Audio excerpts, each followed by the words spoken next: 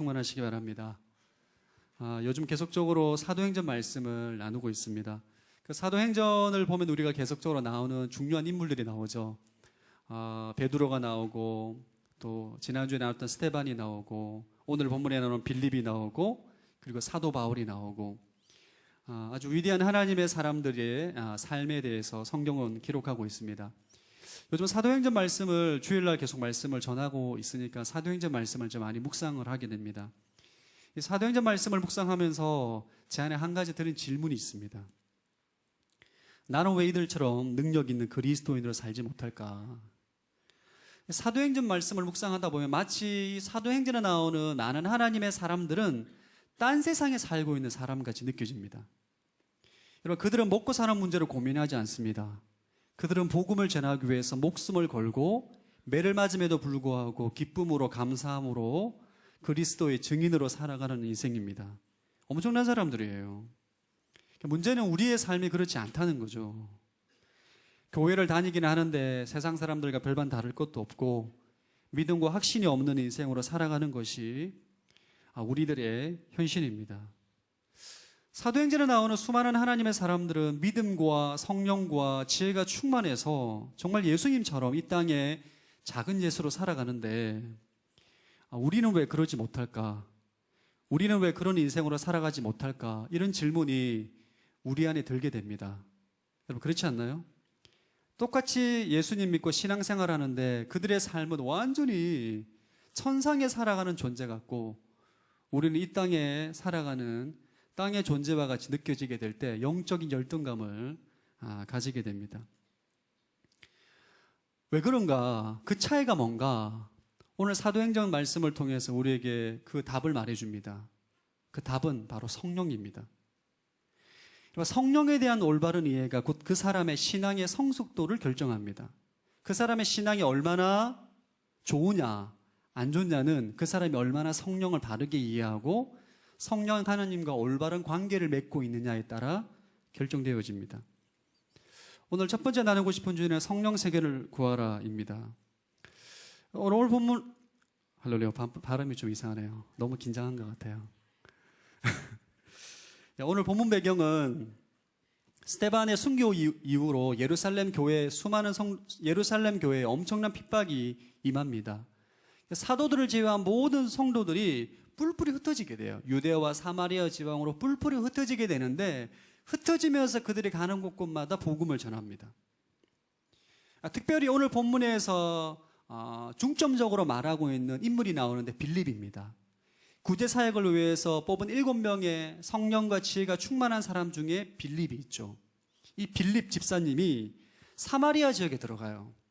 이 사마리아 지역에 들어가서 복음을 전하는데 표적과 기적과 이사가 나타납니다. 사마리아가 난리가 납니다. 수많은 사람들이 와서 안수받고 기도하니까 귀신이 떠나가고 예수님을 영접하고 엄청난 부흥이 일어나게 돼요. 여러분, 사마리아인들은 유대인들이 경멸하는 사람들입니다. 같은 동족인데 이방인의 피가 섞였기 때문에 하나님께 저주를 받았다라고 생각하는 지역이 사마리아예요. 그래서 갈릴리를 갈 때는 사마리아 지역을 관통하지 않고 돌아서 갑니다. 더 먼 거리임에도 불구하고. 왜? 그들은 더럽기 때문이라는 사고 때문이에요. 그런 지역에 빌립이 들어가서 복음을 전했는데 예수를 믿게 됐다는 소식을 듣게 된 거예요. 예루살렘 교회에 있는 유대 지도자들이 충격을 받았습니다. 아니, 사마리아인들도 예수님을 믿나? 그들은 하나님의 저주를 받은 자가 아닌가? 어떻게 그들이 예수를 믿을 수가 있는가? 이러한 충격을 받게 돼요. 그래서 예루살렘 교회 유대 지도자들이 사람을 파송합니다. 사실을 확인해라. 그래서 베드로와 요한을 파송합니다. 자, 14절 읽어보겠습니다. 시작. 예루살렘에 있던 사도들은 사마리아 사람들이 하나님의 말씀을 받아들였다는 소식을 듣고 베드로와 요한을 그들에게 보냈습니다. 예, 아니 사마리아 사람들이 예수를 믿는지 진짜 확인해라. 확인을 하냐? 누가 가느냐? 베드로와 요한이 갑니다. 이 얼마나 여러분 충격을 받았는지, 이게 얼마나 중요하다고 생각했는지 가장 위대한 사도 지도자를 보내는 거예요. 자, 15절 16절 읽어보겠습니다. 시작. 베드로와 요한은 그곳에 도착해서 사마리아 사람들이 성령 받기를 기도했습니다. 이는 그들에게 아직 성령이 내리지 않았고 그들은 주 예수의 이름으로 세례를 받았을 뿐이었기 때문입니다.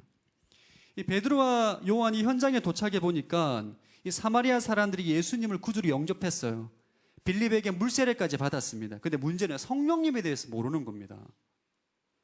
성령님에 대해서 몰라요. 성령에 대해서 처음 들어봤다. 성령님이 뭐냐 모릅니다. 그래서 성령 받기를 위해서 기도합니다. 17절 시작.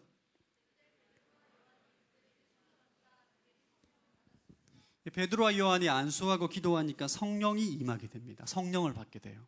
성령 세례를 받게 되는 장면입니다. 세례는 두 종류가 있습니다. 우리 사도행전 1장 5절 한번 읽어보겠습니다. 시작. 요한은 물로 세례를 주었지만 너희는 며칠 안에 성령으로 세례를 받을 것이다. 세례는 물 세례가 있고 성령 세례가 있어요. 우리가 성령을 바르게 이해하기 위해서는 이 성령 세례에 대한 올바른 이해를 가져야 됩니다. 이 성령 세례에 대한 논란이 많습니다. 교단마다, 신학자들마다. 그러나 우리는 성령 세례에 대한 올바른 이해를 가져야만 우리가 성령님을 알 수 있게 돼요. 성령 세례와 성령 충만이 뭔지에 대한 이해가 올바라야만 우리가 성령님과 관계하는데 올바른 관계를 가지게 돼요. 성령 세례에 대한 이해와 성령 충만함에 대한 이해가 바르지 못하면 성령님과의 관계가 어려워지게 되는 것이고 성령님과 동행하는 삶을 사는데 어려워지게 되는 거예요. 먼저 우리가 잘 알고 있는 물세례는 내가 예수님을 나의 구원자로 영접하는 예식입니다. 예수님이 나의 구주라는 거죠. 그래서 우리가 매월 4주차에 성부와 성자와 성령의 이름으로 세례를 받습니다. 원래 세례는 침례가 원래 오리지널입니다. 물에 들어갔다 나오는 거예요. 죽었다가 다시 사는 거. 이것이 물세례입니다. 물세례는 결과로 소속의 변화와 위치의 변화예요. 마귀의 자녀에서 하나님의 자녀로 바뀌는 것입니다. 이 소속이 바뀌는 거예요. 위치가 바뀌는 거예요. 땅의 자녀에서 천국의 자녀로 바뀌는 것입니다. 우리로 말하면 주민등록 등본이 바뀌는 거예요. 위치와 소속이 완전히 바뀌는 것입니다. 죄인이 의인으로 바뀌는 거예요. 물세례는 한마디로 구원을 받았다는 인증입니다. 인증. 저는 구원받은 하나님의 자녀입니다. 그것을 하나님 앞에 사람들 앞에 세례식을 통해서 확증하는 거예요. 이것이 물세례입니다. 물세례도 물론 성령의 역사를 통해서 이루어집니다. 우리 고린도전서 12장 3절 읽어보겠습니다. 시작. 그러므로 나는 여러분에게 알려드립니다. 하나님의 영으로 말하는 사람은 아무도 예수는 저주받은 사람이다 라고 할 수 없고 성령으로 말미암지 않고는 예수는 주시다 라고 할 수 없습니다. 물세례를 받는 것은 장난으로 받는 것이 아닙니다. 우리 공동체 안에 저는 어릴 때 세례를 받았었는데 신앙 고백이 명확하지 않아서 세례를 다시 받고 싶다 묻는 분들이 여러 분 계세요. 여러분, 우리가 물세례를 받는 것은, 여러분, 저도 군대에서 세례를 받았습니다. 할렐루야. 목적은 소보루빵을 2개 먹기 위해서 제가 세례를 받은 거예요. 소보루빵 2개 먹기 위해서 제가 많은 사람들 앞에서 예수님 나의 구주라고 고백했어요. 여러분, 그 사건은 우연히 이루어진 사건이 아니에요. 그게 성령의 역사입니다. 여러분들이 세례를 받았다면 그것은 성령의 역사예요. 하나님께서 하신 것입니다. 그것을 믿으시기를 축복합니다. 성령이 아니고서는 아무도 예수를 주라고 고백할 수가 없어요. 이것이 물세례입니다. 오늘 제가 여러분들에게 중점적으로 말하고 싶은 세례는 성령 세례입니다. 성령 세례. 성령 세례에 대해서 많은 사람들이 잘 모르고 갈급해하지 않습니다. 물 세례는 받아야 되는 것으로 생각을 하는데 성령 세례에 대한 이해가 부족한 거죠. 성령 세례는 뭐냐? 우리가 예수를 믿고 물 세례를 받으면 성령님 우리 마음 안에 내주하십니다. 우리 마음 안에 거하세요. 상주하십니다. 문제는 세례를 받고 구원받은 하나님의 자녀임에도 불구하고 여전히 믿음도 없고 확신도 없고 능력이 없는 그리스도인으로 살아간다는 거예요. 그런 성도들이 많습니다. 여러분들 가운데 주일날 와서 예배를 드려요. 오랫동안 모태신앙이고 세례를 받고 구원의 확신도 있어요. 그리고 주중에 세상 가운데 삶은 전혀 능력이 없는 거죠. 구원의 확신이 없는 것은 아니에요. 근데 능력은 없어요. 사도행전에 나오는 하나님의 사람들의 삶과 내 삶은 완전히 다른 삶이에요. 또 다른 사람은 구원의 확신도 흔들리는 사람이 있습니다. 주일날 와서 예배를 드리는 것도 오늘 가야 될지 말아야 될지 고민하는 거예요. 내가 예수를 믿는 것 같다, 내 안에 성령님이 계시는 것 같긴 한데 확신이 없는 거죠. 신앙생활을 하는데 왜 이런 일들이 일어나게 되는가? 왜 이런 현상이 나타나게 되는가? 이유는 여러분 안에 성령님이 계시지만, 예수를 믿고 물세례를 받고 안에 성령님이 계시지만 여러분의 성령님에게 삶의 주도권을 내어드리지 않았기 때문입니다. 또 다른 말로는 여러분이 성령님에게 순종하는 삶을 살지 않기 때문이에요. 이것을 조금 더 제가 세부적으로 설명해 드리겠습니다. 왜냐하면 이것이 중요합니다, 여러분. 이것이 굉장히 중요해요. 여러분이 능력 있는, 사도행전에 나오는 능력 있는 그리스도인으로 살아가는 데 있어서 이것에 대한 정확한 이해를 가져야 됩니다. 그리고 예수님을 믿고 난 우리 마음 안에는 두 자아가 있습니다. 예수님을 믿기 전에는 우리 안에는 자아가 하나밖에 없어요. 나의 자아. 성경에서 말하는 옛사람, 옛자. 예수를 믿으면 새로운 자아가 내 마음 안에 들어옵니다. 그 자아가 바로 성령님이에요. 여러분, 예수를 믿는다는 것은 제가 여러 번 말씀을 드렸지만 나의 옛자, 옛사람이 그리스도와 함께 죽었다는 것을 믿는 거예요. 내 안에 들어오신 새로운 자, 성령님이 내 인생의 보좌를 드리고 그분의 주도권에, 그분의 주권에, 그분의 말씀에 순종하며 살아가는 것이 그리스도인의 삶이 되어야 합니다. 그게 안 되기 때문에 내 삶 가운데 성령의 능력이 나타나지 않는 거예요. 여러분, 성령님 인격적인 분이십니다. 내 마음 안에 들어오셨는데 내가 내 옛 자아대로, 내 뜻대로, 내 생각대로 말하고 생각하고 살아가면 성령님은 내 마음 한 구석에서, 골방에서 울고 계세요. 인격적인 분이기 때문입니다. 그러니까 여러분들이 성령 세례란 뭐냐? 내 자아를, 나의 옛 자아를 의지적으로 십자가에 못 박고 성령님께 내어드리고 성령님이 내 삶 가운데 온전히 지배하도록 통치권을 내어드리는, 그래서 성령님이 내 삶을 온전히 다스리고 통치하시는 첫 경험이 성령 세례입니다. 이것이 이러한 상태로 지속되는 삶이 성령 충만한 삶이라고 말해요. 그러니까 여러분들이 지금까지 늘 내 인생의 주인이 나로, 내가 내 인생으로 주도권을 가지고 살아가다가 기도하다가 처음으로 성령님이 내 인생을 완전히 지배할 때, 통치할 때, 다스릴 때에 경험하는 그 경험이 성령 세례예요. 이 경험이 계속 유지되는 삶이 성령 충만한 삶이라고 말합니다. 그러니까 여러분들이 자아가 죽지 않으면 성령 충만한 삶을 살기가 어려워요. 성령 세례를 받기가 어렵습니다. 제가 여러분들에게 진짜 기회 못이 박히도록 나는 죽고 예수로 살라는 그 말씀을 계속 전하는 이유는, 그러지 않으면, 내가 죽지 않으면 성령 충만함을 경험하지 못해요. 여러분들 가운데 지금까지 성령 세례를 저는 경험해 보지 못했습니다. 저는 성령 세례를 지금까지 한 번도 경험해 보지 못했습니다. 기억이 없으면 경험하지 못한 거예요. 내가 성령 세례를 받았나 안 받았나, 이런 사람은 안 받은 것입니다. 성령 세례는 아주 명확하게 오기 때문에, 아주 강력하게 오기 때문에 기억하지 않을 수가 없어요. 여러분들 가운데 이게 희미한 사람은 아직 성령 세례를 못 받은 거예요. 성령으로 충만해서 내 삶을 완전히 다스린 것을 경험하지 못한 것입니다. 여러분, 성령 세례는 마치 쿠데타와 같습니다. 여러분, 쿠데타가 일어나게 되면 쿠데타 세력이 가장 먼저 중앙 정권을 정복합니다. 그리고 언론을 장악해요. 우리로 말하면 청와대를 정복하고 모든 행정기관을 정복하고, 그리고 지방의 각 도청을 정복하고 모든 3사 방송 케이블을 정복하는 거예요. 그리고 언론을 통제하고 중앙 정권을 통제합니다. 나라를 정복하기 위해서. 성령 세례가 이와 유사합니다, 여러분. 성령님이 내 삶을 완전히 다스리고 통치하면서 나의 생각을 지배하고 나의 말을 지배하는 거예요. 그래서 성령 세례를 받을 때 대개 방언이 일어납니다. 입술을 통제하기 때문에.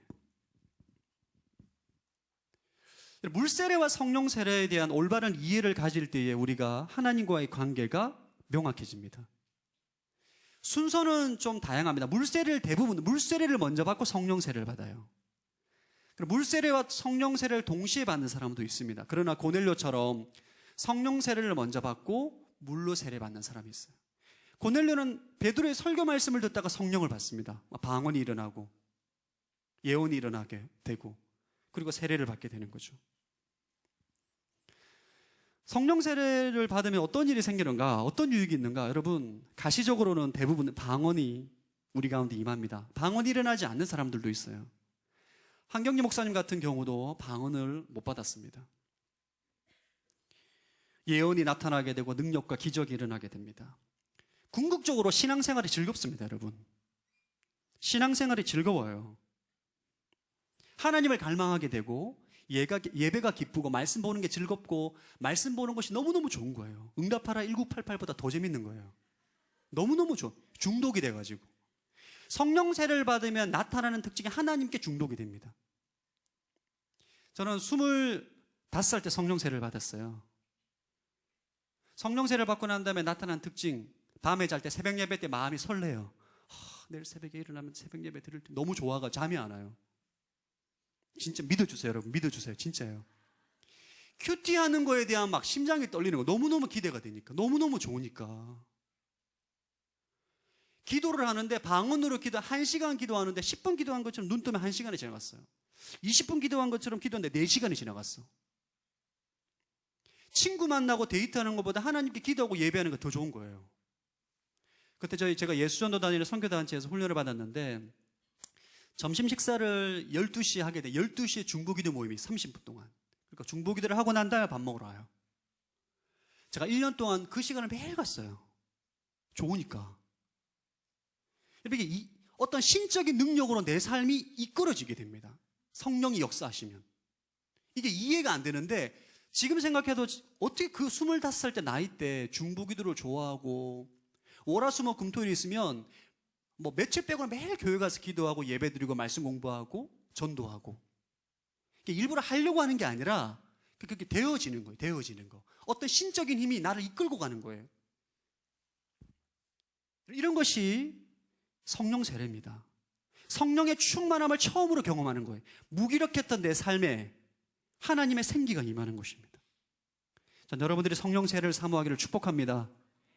과거에 성령 세례를 받았음에도 불구하고 지금 성령 충만한 삶을 살지 못하는 분들이 계시다면 성령님을 사모하기를 축원합니다. 성령이 능력 있는 그리스도인의 해답입니다.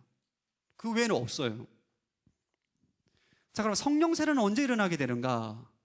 자, 17절 한번 읽어보겠습니다. 시작. 그때 베드로와 요한이 그들에게 손을 얹자 그들이 성령을 받았습니다. 안수하고 기도할 때 성령 세례가 임합니다. 꼭 안수를 해야 되는 것은 아니지만 안수하고 기도할 때, 말씀을 들을 때에, 여러분이 기도할 때에 성령이 임합니다. 성령의 세례와 성령의 충만함이 일어나는 거죠. 교단마다 좀 틀린데 어떤 분들은 이렇게 말씀하시는 분이 계세요. 성령 세례가 옵션 아니냐, 그거 굳이 받아야 되냐, 우리는 성령파가 아니다, 우린 대한예수 그 장로회다,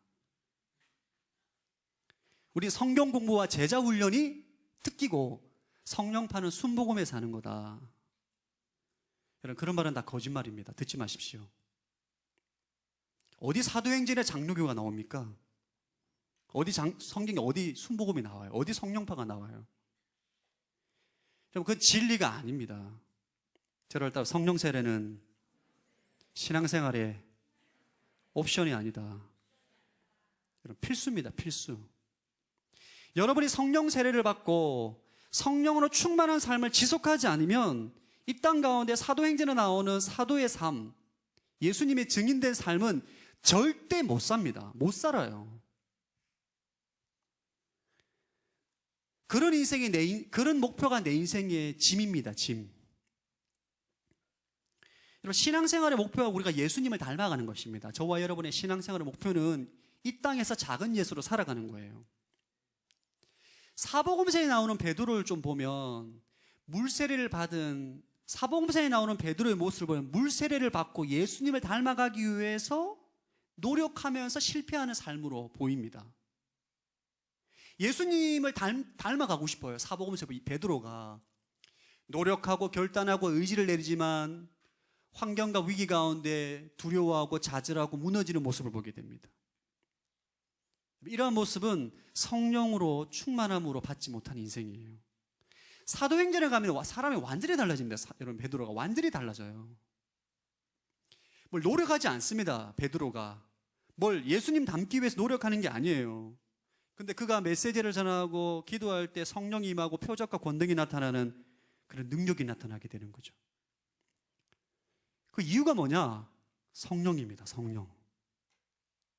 전 여러분들이 성령 하나님을 갈망하게 되길 축복합니다. 우리가 신앙에서 성령이란 단어가 빠지면 우리의 신앙은 정말 비참해집니다.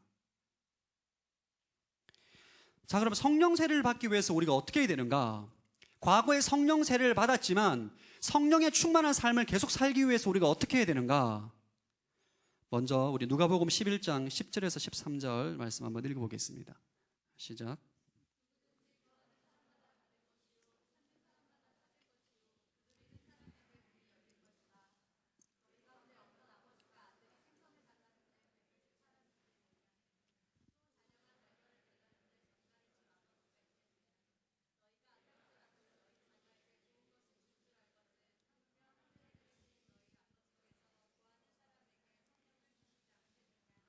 먼저 여러분이 아셔야 될 것은 하나님은 우리에게 성령을 주시기를 간절히 원하세요. 하나님은 우리에게 성령을 부어주시기 위해서 자기의 독생자를 죽이셨습니다. 하나님의 뜻은 우리가 성령을 받고 성령의 충만함으로 살아가는 것이 하나님의 뜻이에요. 먼저 이 사실을 여러분 알아야 됩니다. 여러분은 이 성령의 충만함으로 성령의 지배와 통치 가운데 살아가는 것이 하나님의 뜻이에요. 그렇기 때문에 여러분이 구하면 반드시 주십니다. 근데 왜 우리가 성령의 충만함과 성령의 세례를 경험하지 못하느냐? 우리 안에 문제가 있어요. 어떻게 해야 되는가? 세 가지를 여러분께 좀 나누겠습니다. 첫 번째는 회개하라. 무엇을 회개하는가? 여러분, 성령을 받기 위해, 성령의 충만한 삶을 살기 위해 성령 세례를 받기 위해서 우리가 무엇을 회개해야 되는가? 모든 죄악을 회개해야 돼. 근본적으로 여러분의 자아가 인생의 주인으로 살아갔던 모든 것을 회개하셔야 돼요. 성령 충만함을 받지 못하는 근본적인 문제는 나의 옛자가 내 인생의 주인이라는 거예요. 옛자가 내 인생의 주인이 되어가지고 신앙생활을 하니까 성령이 내 인생을 지배하지 못하니까 신앙생활이 힘든 거예요, 여러분. 너무너무 힘든 거예요, 여러분. 내 옛자가 내 인생의 주인이면서 기도해야 돼, 말씀 봐야 돼, 봉사해야 돼. 아니, 존재가 안 바뀌었는데 어떻게 성령의 충만함을 받아요? 어떻게 하나님과 가까워질 수가 있어? 자아가 살아있는데. 궁극적으로 여러분의 자아가 죽어야 돼요. 여러분의 자아가 살아서 행한 모든 것들을 회개하셔야 됩니다. 그게 근본 필수입니다. 그걸 회개하는 거예요. 오늘 말씀을 끝나고 기도할 때 여러분 성령 세례와 성령 충만을 받기 위해서 기도할 것입니다. 성령의 인도에 땀을 기도할 때 여러분 안에 여러분이 스스로 내 자아가 주인으로 살아갔던 모든 것을 회개하십시오. 그걸 회개하셔야 돼요. 두 번째는 성령님께 주권을 내어드려야 돼요. 여러분의 옛자를 십자가에 못 박으시고 성령님을 내 인생의 보좌로 올려드리셔야 돼요. 내 인생의 주인은 성령님이십니다. 나의 새로운 자아는 성령님이십니다. 나를 통제하시고 다스리고 지배해달라고 그분을 내 인생의 보좌에 초청해야 돼요. 여러분, 성령님을 구할 때 막 진짜 목이 쉬어라 막 안 부르짖어도 돼요. 성령님 귀가 안 들린 분이 아닙니다, 여러분. 성령님을 막 달라고 막 이렇게 안 구하셔도 돼요. 여러분, 성령님을 구할 때 성령의 은사를 구해요. 많은 사람들이 성령의 능력을 구합니다. 그게 아니고 그 성령님 그 자체가, 인격적인 그 하나님이 내 인생의 주인이 되기를 갈망하는 거예요. 성령님 내 인생에 쿠데타를 일으켜달라고, 내 안에 있는 쿠데타를 일으켜 성령님이 내 생각과 입과 모든 것을 통제해달라고, 그것을 갈망하는 것입니다. 그것을 구하는 거예요. 자, 세 번째는 믿고 기다리는 것입니다. 저를 따라서 성령 세례는 믿음으로 받는다. 여러분, 성령은 믿음으로 받는 거예요. 기도하고 난 다음에 우리가 믿고 기다릴 때 임하는 것입니다. 성령님을 만나는 거예요. 인생의 보좌의 주인으로 있던 옛자를 십자가에 못 박고 성령님을 내 인생의 보좌로 초청을 하는 것입니다. 그분을 바라보는 거예요. 그분을 사모하는 것입니다. 그때 성령님이 나에게 역사를 하는 거예요. 오늘 기도했음에도 불구하고 저는 성령 세례를 못 받았습니다. 여러분, 낙심하지 않기를 축복합니다. 믿고 기다리는 거예요. 너희가 기도하고 구한 즉 받은 줄로 믿으라. 아멘. 이때 성령이 임하는 것입니다. 능력 있는 성령의 기름 부음을 경험하게 돼요. 여러분이 지금까지 살아왔지만 경험하지 못했던 성령의 인도하심과 충만하심을 경험하게 되는 것입니다. 자, 이렇게 성령 세례가 임하고 성령의 역사가 강력하게 일어날 때 우리가 주의해야 될 점이 있어요. 사탄의 방해 공작이 있습니다. 성령이 강하게 역사할 때 마귀도 그것을 방해하고자 강하게 역사합니다. 왜냐하면 여러분, 사도행전에 나오는 중요한 인물은 몇 명이 안 됩니다. 여러분, 사람이 많지가 않아요. 한 사람이 성령을 받으면 가정이 변하고 직장이 변하고 교회가 변합니다. 여러분, 목회자 한 사람이 성령의 충만함을 받으면 교회가 완전히 바뀌게 돼 있어요. 그렇기 때문에 마귀는 성령 받는 것을 아주 싫어하고 방해합니다. 오늘 본문에는 그 성령의 역사가 강하게 일어나는데 그 성령의 역사를 왜곡시키는 마귀의 교묘한 전략이 폭로되고 있습니다. 자, 9절과 10절 읽어보겠습니다. 시작. 그런데 그 도시에는 전부터 시몬이라는 사람이 마술을 부려 모든 사마리아 사람들을 놀라게 하고 자신이 스스로 대단한 사람인 양 우쭐댔습니다. 낮은 사람부터 높은 사람에 이르기까지 모든 사람들이 그에게 관심을 쏟으며 이 사람을 정말 그 신 하나님의 능력을 소유한 사람이다라고 말했습니다. 마귀가 시몬이라는 사람을 이용합니다. 시몬은 사마리아 지역에서 우리로 말하면 가장 용한 무당이에요. 점치고 어떤 기적을 일으키고 마술을 부리고 표적을 통해서 사마리아에 있는 수많은 사람들이 그를 영적인 지도자로 영향력 있는 사람으로 생각하는 사람입니다. 지금 마귀가 이 시몬을 통해서 이 성령의 역사를 왜곡시키고자 하는 거예요. 자, 12절 13절 읽어보겠습니다. 시작. 그러나 빌립이 하나님의 나라와 예수 그리스도 이름에 대한 복음을 전파하자 남자와 여자가 모두 그의 말을 믿고 세례를 받았습니다. 시몬 자신도 믿고 세례를 받은 후 빌립을 따라다녔습니다. 그리고 시몬은 빌립이 행하는 큰 표적들과 능력을 보고 놀랐습니다. 사마리아의 가장 용한 무당으로 그 지역을 영적으로 장악하고 있는데 빌립이 등장했어요. 사마리아가 난리가 났습니다. 귀신이 떠나가고 막 병자가 일어나고 안전병이 일어나니까 사람들이 다 빌립에게 몰리는 거예요. 이 시몬이 찬밥이 됐죠. 그래서 빌립에게 찾아가 보니까 빌립이 진짜 엄청난 표적을 일으키거든요. 그래서 그도 빌립에게 세례를 받고 빌립을 따라다닙니다. 18절 19절 읽어보겠습니다. 시작.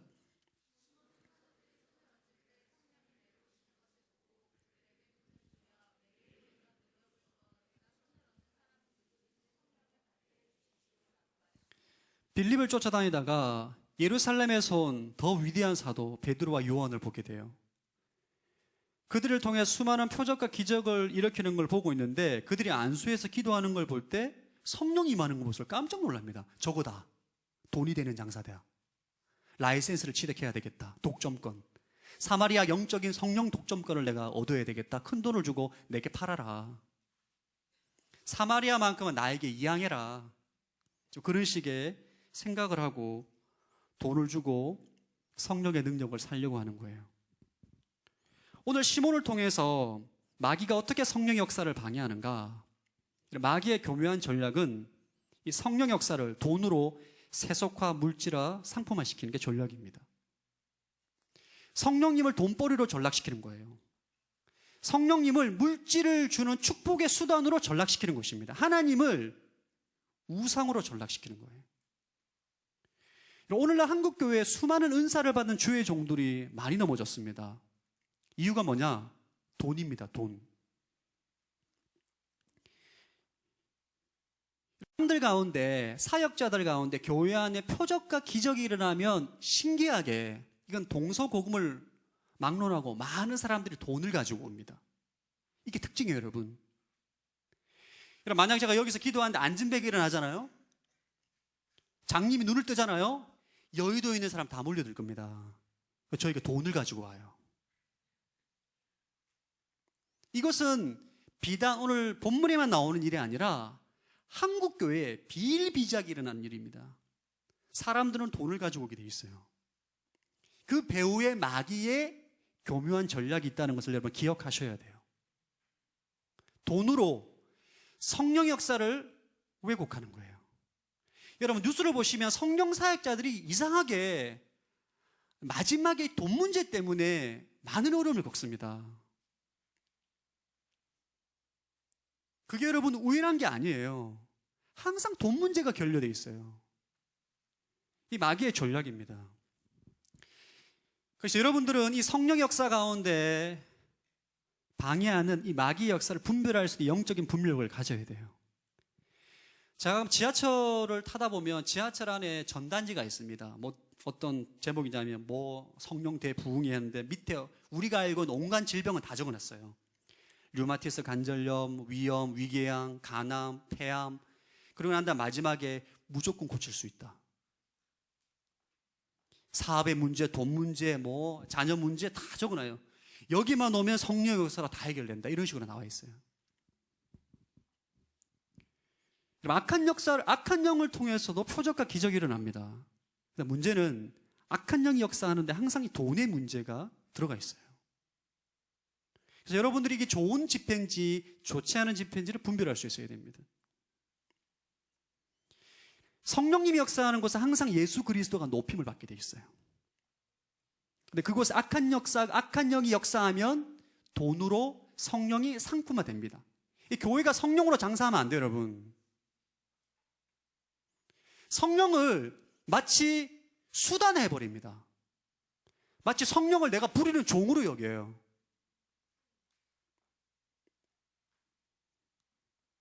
심지어는 지금 지역에 있는 어떤 교회들은 교회가 이제 망하면서 교회를 M&A 하는데 성도의 수에 따라 돈을 주고 교회를 팝니다. 이런 일들이 일어나고 있어요. 이것의 배후에는 악한 사탄의 교묘한 전략이 있는 거예요. 이 교회를 돈으로 완전히 상품화시키는 거예요. 이것은 심각한 죄입니다. 이건 어마어마한 무서운 죄예요. 이런 인생의 결론은 망하는 것입니다. 멸망입니다. 우리 20절, 21절 한번 읽어보겠습니다. 시작. 베드로는 그에게 이렇게 대답했습니다. 당신이 하나님의 선물을 돈으로 살 수 있다고 생각했으니 당신은 그 돈과 함께 망할 것이요 당신 마음이 하나님 앞에서 바르지 못하니 그대는 이 일에 상관할 것도 동참할 것도 없다. 성령의 세속화, 성령의 물질화, 성령의 수단화는 그 인생의 결론은 망하는 것입니다. 우리가 성령 세례를 받고 성령의 충만함을 받고 이 땅 가운데 능력 있는 그리스도인으로 살아가기 위해서 성령에 대한 올바른 이해를 가져야 돼요. 어떤 집회를 가면 성령님이 종입니다. 파이어! 이러면서 파이어! 이러면서 아니 무슨 성령이 종부리다 부려요. 여러분 성령님은 하나님이십니다. 믿으십니까? 여러분 그분은 인격적인 분이십니다. 그분은 우리 아버지예요. 성부, 성자, 성령 하나님이 계신 것처럼 그분은 고유한 인격을 가지고 있는 하나님이세요. 여러분이 성령에 대한 올바른 이해를 가질 때에 여러분의 신앙이 성숙합니다. 신앙의 성숙도의 지표는 곧 성령을 얼마나 잘 알고 있느냐에 달려 있습니다. 자, 저를 한번 따라 성령님은 인격적인 하나님이십니다. 인격적인 하나님이세요. 그분은 예수의 영입니다. 그분은 고유한 인격을 가지고 있는 능력의 하나님이에요. 우리가 능력이 있는 그리스도인으로 살아가는 핵심은 여러분 안에 계신 그 성령님과 바르게 관계하는 삶입니다. 여러분이 성령님에 대한 올바른 이해를 가지지 못하면, 여러분 성령세를 한번 받았다고 해서 천하무적이 돼서 사도들처럼 살아가는 게 아니에요, 여러분. 관계란 것은 지속적인 것입니다. 친구 관계는 한 번 관계를 맺었다고 해서 그 관계가 계속되는 게 아니에요. 계속 대화하고 교제하고, 연인 관계도 마찬가지죠. 교우 관계도 대화하고 교제하고 알아가고, 그러면서 상대방을 알아가고 이해해가고, 그러면서 관계가 깊어지고 사랑하게 되고 좋아하게 되고, 때로 마음이 상할 때도 있지만 그 관계가 깊어지는 것입니다. 성령님의 관계가 그런 거예요. 성령님을 물질적인 에너지를 생각하고, 성령님 파이어 임하소서 능력으로, 그리고 평소에는 한 번도 생각 안 해요, 성령님을. 그런 관계는 이기적인 관계예요. 어떤 관계를 돼야 돼요? 성령님이 내 인생에 새로운 자아라는 관계가 맺어져야 되는 거예요. 그분은 나의 새로운 자아고 나의 주님이시고, 그래서 나는 그분에게 순종하며 순복하며 살아가는 관계가 형성이 되고, 그분에게 반응하는 삶을 살 때 우리에게 능력 있는 삶을 살아가게 되는 것입니다. 할렐루야. 성령의 은사가 나타나는 거예요.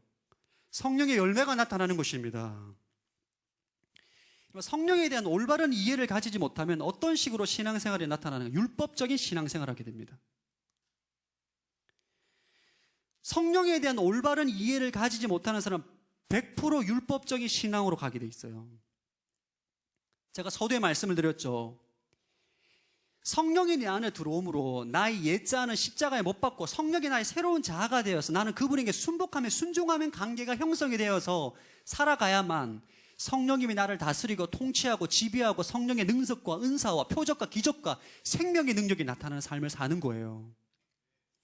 근데 이 이해함이 없으니까 어떻게 하냐면 내 옛자는 그대로 살아있어요. 성령님은 골방에 가둬 놓고 문을 잠궈버려요. 그리고 예수님을 닮기 위해서 엄청 노력합니다. 나는 새벽기도 40일 특세를 저는 5번 완주했어요. 저는 성경 통독 100독 했어요. 저는 바이블 아카데미 4년 연속으로 수료했어요. 죄를 짓지 말아야지, 봉사해야지. 자아는 안 죽고 옛자는 그대로 살려두고 성령은 골방에 가둬놓고 본인이 열심히 노력해요. 열심히. 이런 신앙생활은 굉장히 피곤합니다. 해봐서 알아요. 엄청 피곤해, 엄청 피곤해. 이런 신앙의 특징은 늘 사람들의 눈치를 봅니다. 사람들이 나를 어떻게 볼까? 그러나 성령에 대해서 올바르게 이해한 사람은 그렇게 생활하지 않습니다. 사람에게 반응하지 않아요. 내 안에 주인 되신 성령님에게 반응합니다. 날마다 자기를 부인하고 나의 옛자가 십자가에 못 박혔을 믿음을 선포하고, 성령을 바르게 이해하는 사람은, 성령 충만한 사람의 특징은 2가지가 반드시 나타납니다. 자기 부인과 순종이에요. 그래서 늘 내 안에 계신 성령님에게 반응하며 사는 거예요. 내 눈앞에 있는 환경을 반응하는 것이 아니고, 나에게 상처 주는 그 사람의 말에 반응하는 것이 아니고, 내 회사의 어려움과 위기에 반응하는 것이 아니고, 내 안에 계신 성령님에게 반응하는 거예요. 상황과 환경을 초월한 능력을 내재하게 됩니다. 할렐루야. 그게 성령 충만한 인생입니다. 항상 기뻐할 수 있는 거예요, 여러분. 내 안에 성령님은 변하지 않기 때문에 범사에 가면서 할 수 있는 것입니다. 쉬지 말고 기도할 수 있는 거예요. 저는 24살 때 예수님 믿고 25살 때 성령세를 받았어요. 큰 은혜인 것 같습니다. 그래서 너무너무 좋았어요. 대학교 때는 정말 진짜 성령님과 동행하는 삶이 뭔지를 정말 경험했던 시간이었던 것 같아요. 대학교를 졸업하고 취업을 했는데 문제가 생겼어요. 자기를 부인하고 성령님께 내 인생의 주도권을 내어드리고 삶을 살다가 취업을 하면서 내 마음 가운데 욕심이 생겼어요. 그래서 여러분, 제 꿈은 돈을 잘 버는 장로가 되는 게 제 꿈이었습니다. 그리고 그런 거 있잖아요. 400명 정도 밥, 야, 오늘 식당 예약해. 먹고 싶은 거 먹어. 오늘 내가 쏜다. 이러면 기분 좋잖아요, 여러분. 뭐 있어 보이잖아. 뽀대나 보이잖아. 저 그런 장로가 되는 게 제 꿈이었어요. 내 안에 욕망이 들어요, 욕망. 욕심이 들어온 거죠. 기도할 때 성령님에게 주도권을 내어드리는 것이 아니라 제 안에 끊임없이 기도, 주님 한 건 대박나게 해주세요. 주님 제발 한 건만 대박나게 해주시면 제가 신대원 가겠습니다. 이상하게 제가 들어가는 회사마다 회사가 망하더라고요. 이상하게. 제가 지금까지 총 3개 회사에 일을 했는데 이상하게 회사에 들어가면 갑자기 회사가 기울어요. 월급이 안 나와.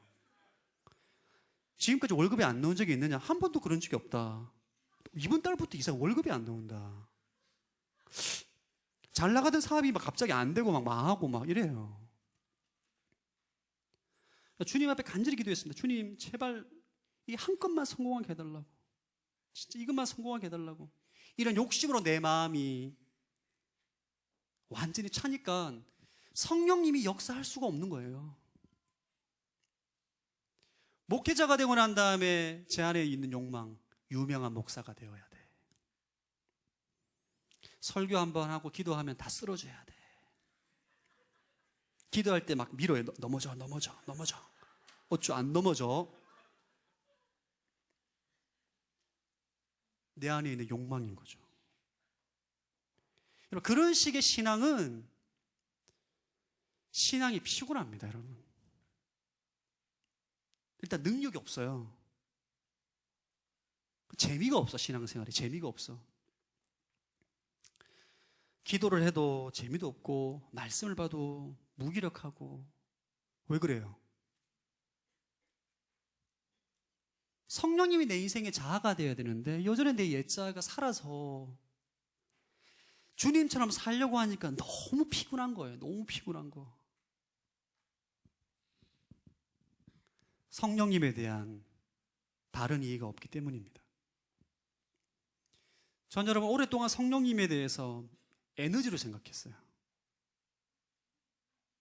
인격적인 하나님이라고 생각하지만 항상 성령의 능력을 구합니다. 그분의 존재와 인격을 구하는 게 아니라 주님 나에게 능력을 주십시오. 지혜를 주셔서 떼돈 벌게 해주시고 말씀의 능력을 주셔서 베드로처럼 설교하면 5,000명이 회심하게 해달라고.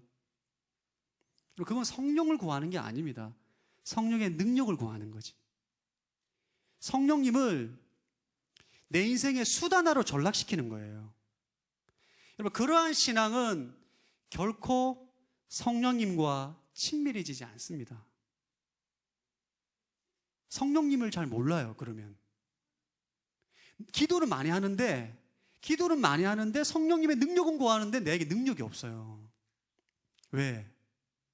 내 인생의 주인은 내가 되어 있기 때문입니다. 여러분, 다시 말씀을 드립니다. 여러분의 옛자를 십자가에 못 박으십시오. 그리고 인격적인 성령님, 그 성령님을 여러분의 인생의 보좌에 초청하세요. 그리고 매일 그분에게 반응하십시오. 그분의 뜻은 무엇인가? 무엇을 원하시는가? 나를 통해서 어떤 일을 하기를 원하시는가? 그것을 묻고 반응하고 순종하는 것입니다. 할렐루야. 여러분, 우리가 성령 충만한 삶, 성령 세례를 받고 성령 충만한 사람은 늘 이것이 존재가 됩니다. 자기를 부인하고 성령님에게 순종하고, 자기를 부인하고 성령님에게 순종하고. 자, 여러분들이 성령님을 수단으로 생각하지 않기를 축복합니다. 성령을 부리지 마세요, 여러분. 성령을 부리는 게 아닙니다. 우리가 그분의 종인 거지 그분이 우리를 섬기는 분이 아니에요. 할렐루야. 그 하나님, 그 성령님을 갈망하고 사모할 때에 성령의 충만한 능력을 경험하게 되는 것입니다. 여러분, 해보십시오. 제가 좀 변하지 않았습니까? 할렐루야. 전 요즘 쓸데없는 거 안 구합니다, 여러분. 저는 뭐 그런 거 구하지도 않아요. 저는 요즘에 제 소원은 어제 이번 주에 어떤 지체를 만났는데 어떤 목사님이 청년들이 인생의 꿈을 크게 가지라고 했다는 거예요. 큰 꿈을 가지라고 했다고. 큰 사업체를 경영하고 큰 차를 몰고 다니고 11조도 크게 하는 그런 큰 꿈을 가지라는 거예요. 여러분, 제 꿈은 굉장히 소박합니다. 주님과 동행하는 게 제 꿈이에요. 할렐루야. 그게 제 꿈입니다. 내 인생의 꿈이자 내 인생의 목표예요. 다른 거는 부산물이겠죠, 뭐. 그것이 우리 인생을 진정하게 승리하게 사는 삶이고 사도행전에 나오는 능력이 있는 삶의 비결입니다. 오늘 이 시간 여러분 기도하실 때 그 성령님을 경험하시고 사모하시고, 특별히 아직까지 성령님을 경험하지 못한 분이 계시다면 성령 세례를 사모하시고 간구하시기를 축복합니다. 그리고 이전에 성령 세례를 받았지만 지금 성령 충만한 삶을 살지 못하시는 분들은 그 성령님을 구하십시오. 여러분 가운데 성령께서 임하실 것입니다. 우리 함께 일어나서 함께 찬양하겠습니다.